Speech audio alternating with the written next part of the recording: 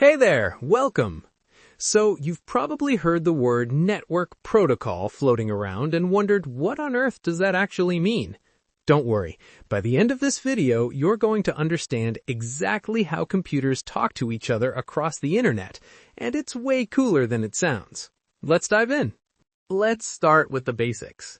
A protocol is simply a set of rules. Think about how humans shake hands when they meet.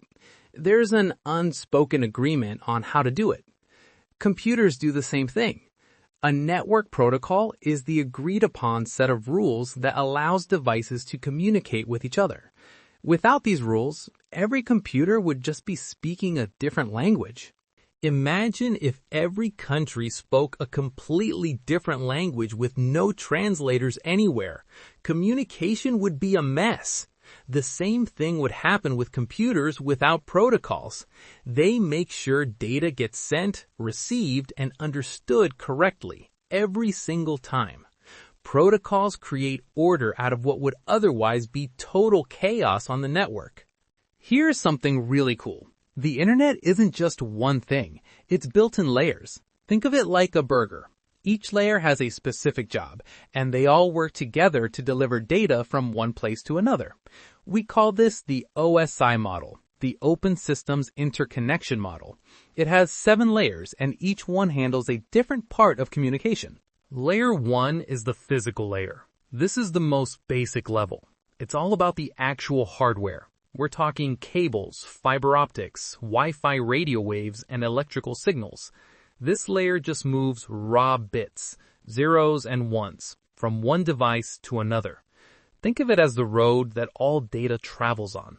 Layer 2 is the data link layer. This layer is responsible for transferring data between two directly connected devices, like your laptop and your router.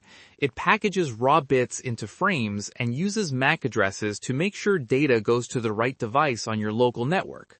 MAC stands for Media Access Control. It's like the physical name tag of your network card.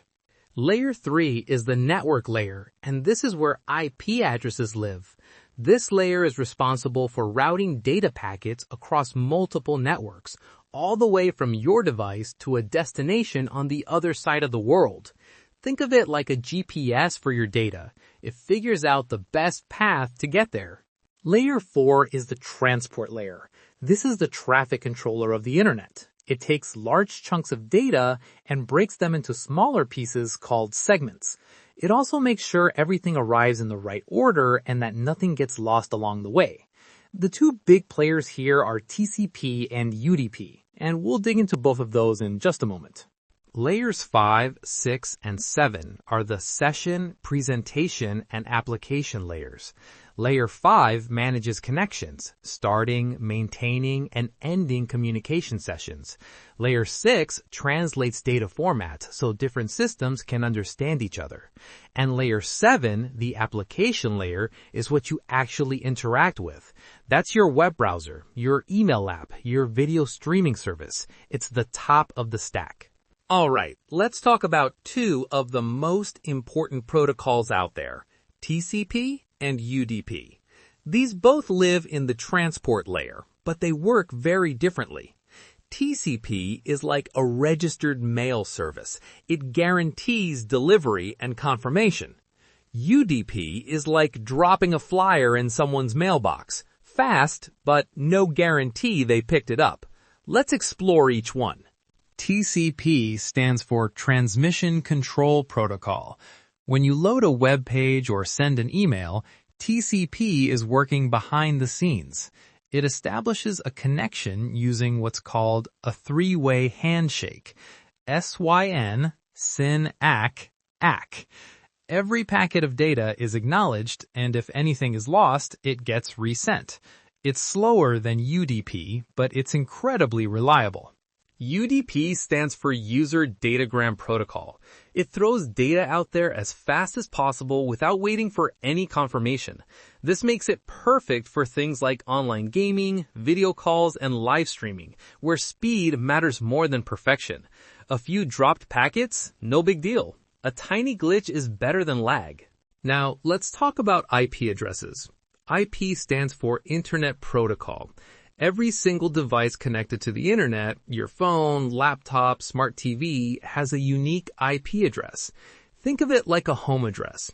Just like the post office needs your address to deliver mail, the internet needs your IP address to deliver data to exactly the right device.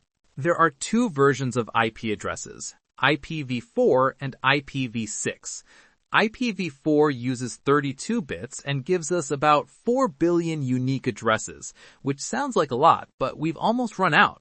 IPv6 was created to solve this problem. It uses 128 bits and gives us an astronomically large number of addresses, enough for every grain of sand on Earth to have its own IP. We're not running out anytime soon. Here's a fun question. How does typing google.com actually take you to Google's website? The answer is DNS, the domain name system. Think of DNS as the internet's phone book. It translates human-friendly domain names like google.com into machine-friendly IP addresses like 142.250.80.46. Without DNS, you'd have to memorize number strings to visit any website. Have you ever noticed that some websites start with HTTP and others with HTTPS? The S stands for secure. HTTP, Hypertext Transfer Protocol, is the foundation of the web. It defines how your browser requests and receives web pages. But HTTP sends data in plain text. Anyone snooping on the network can read it. HTTPS adds encryption using TLS, making it private and secure. So how does HTTPS actually work? It uses TLS, Transport Layer Security, which performs a handshake to set up an encrypted connection. The browser and server agree on encryption methods, exchange digital certificates to verify identity, and create a shared secret key. After that, all communication is scrambled so only they can read it. It happens in milliseconds every time you visit a secure site. Let's talk about ports. If an IP address is like a building's street address, then a port is like the specific apartment number inside that building. Your computer uses ports to know which application should handle incoming data. Port 80 is for HTTP web traffic. Port 443 is for HTTPS. Port 25 is for email, and port 22 is for SSH. There are 65,535 ports in total. So how does data actually travel across the internet? That's where routers come in. A router is a device that sits between networks and directs traffic, like a roundabout on a highway. It looks at the destination IP address of each data packet and decides the best path forward. Your home Wi-Fi router connects your local network to your internet provider's network. Don't confuse a router with a switch. A switch operates within a single local network, while a router connects different networks together.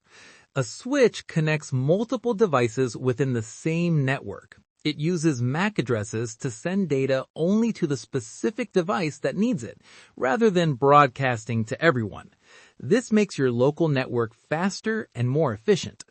Every device needs an IP address to join a network, but you don't manually type one in every time, right? That's because of DHCP, the Dynamic Host Configuration Protocol. When you connect to Wi-Fi, your device sends out a request, and a DHCP server automatically assigns it a temporary IP address.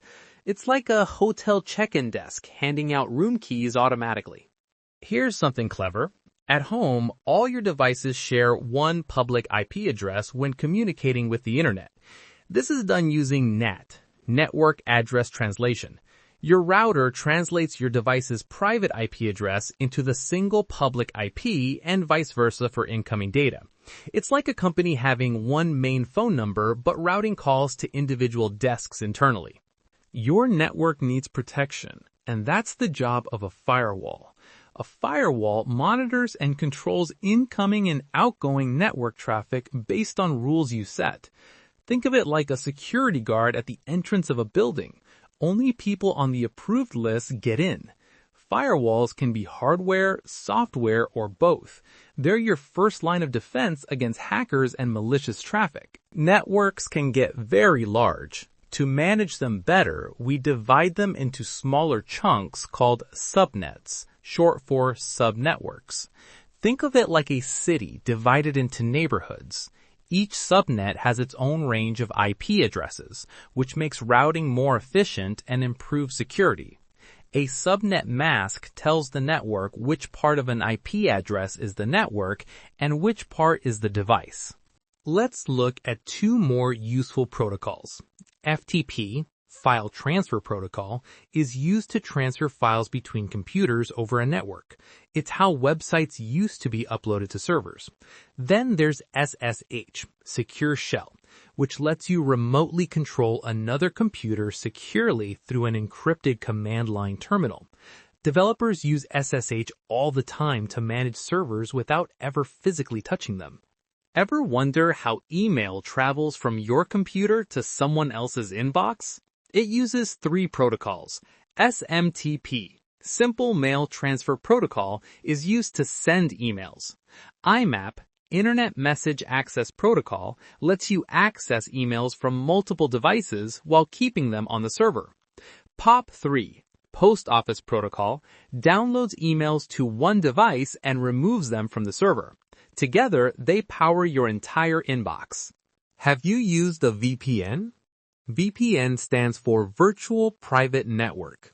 It creates an encrypted tunnel between your device and the VPN server, hiding your real IP address and protecting your data, especially on public Wi-Fi. It's like driving through a private underground tunnel instead of on public roads.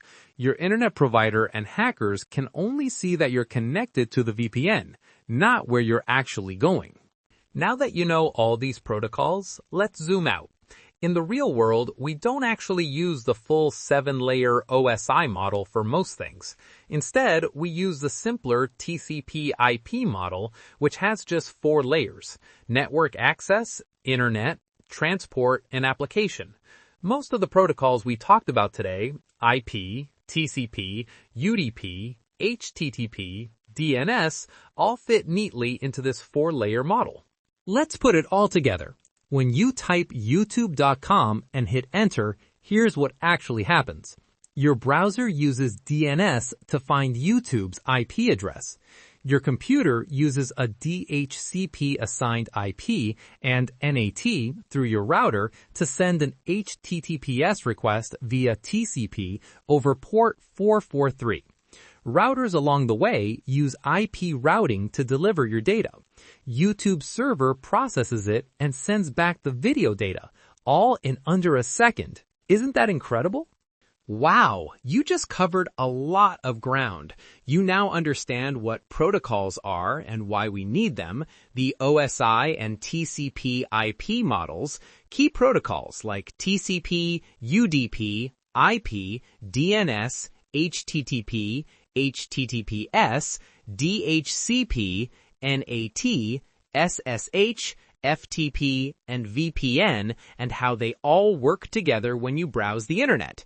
Network protocols aren't scary, they're just agreed upon rules that make the world's largest computer network actually work. Keep learning, and I'll see you in the next one.